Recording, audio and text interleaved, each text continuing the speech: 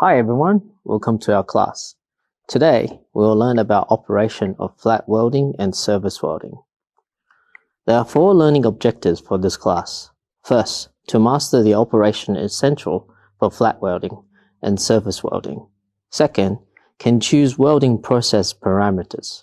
Third, be able to weld qualified workpieces as required.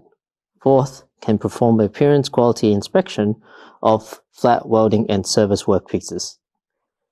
Next, let's analyze the construction drawing. From the construction drawings, we can see that workpieces is Q235 steel plate with an area of 300 times 200 millimeters and a thickness of 10 millimeters.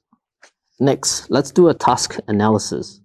Flat welding is a welding operation carried out in the horizontal position of the workpiece by means of linear or swinging strips. If one or more layers of weld are welded on the surface of the workpiece by welding, it is called surface welding.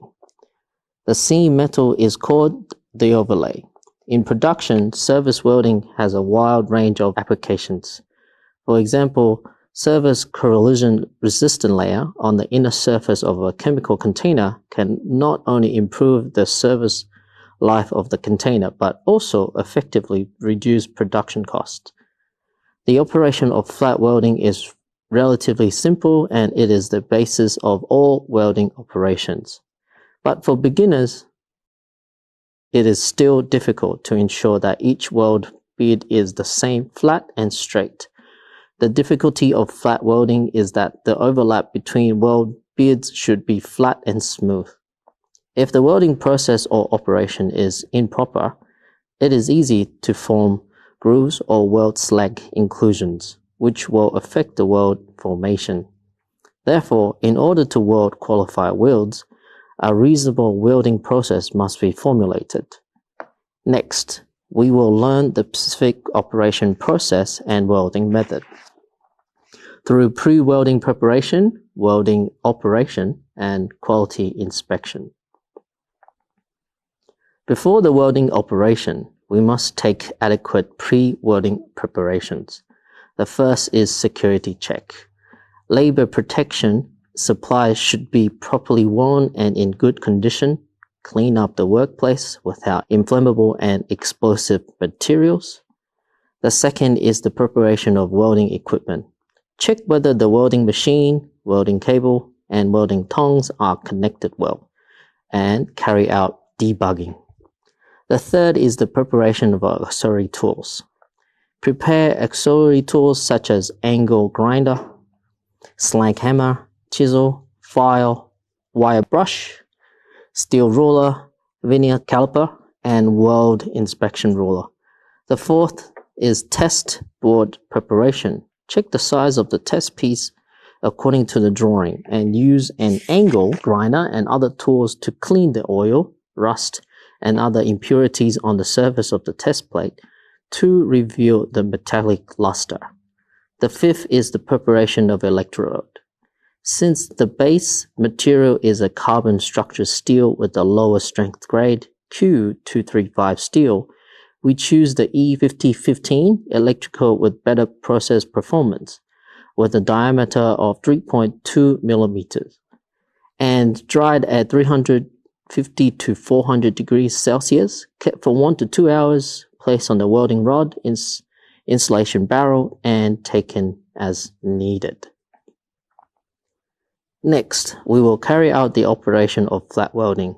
First, place the polished test plate horizontally on the operation platform and adjust the welding current to 110 to 120 amps.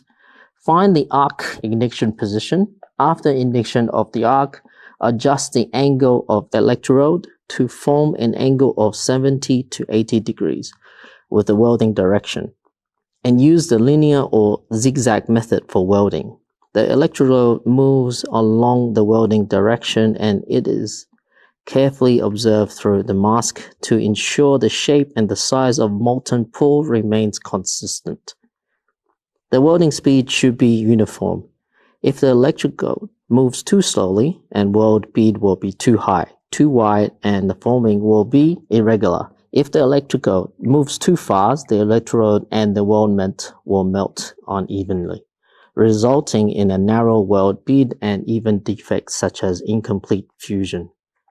Since the temperature of the start of the weld is low and the temperature cannot rise rapidly after the arc is ignited, the weld bead at the start of the weld is often high and narrow, and the penetration depth is shallow, while the weld at the end of the weld is just the opposite, low and wide, and penetration is deep, resulting in a different width and uneven heights of the weld.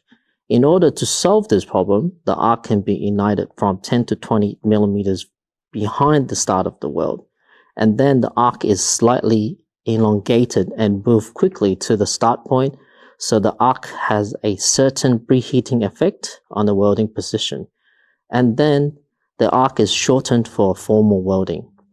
When the beginners are welding joints, they should clean up the slag at the arc crater. Then ignite the arc from 10 millimeters behind the arc crater, pull it to the arc crater, stop for a while, and then switch to a normal welding after arc crater is filled. So that is easier to weld beautiful and neat welding joints.